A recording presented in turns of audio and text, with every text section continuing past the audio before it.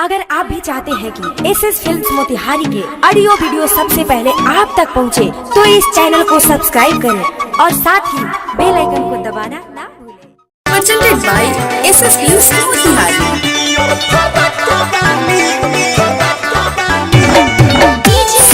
Digital recording studio Patna.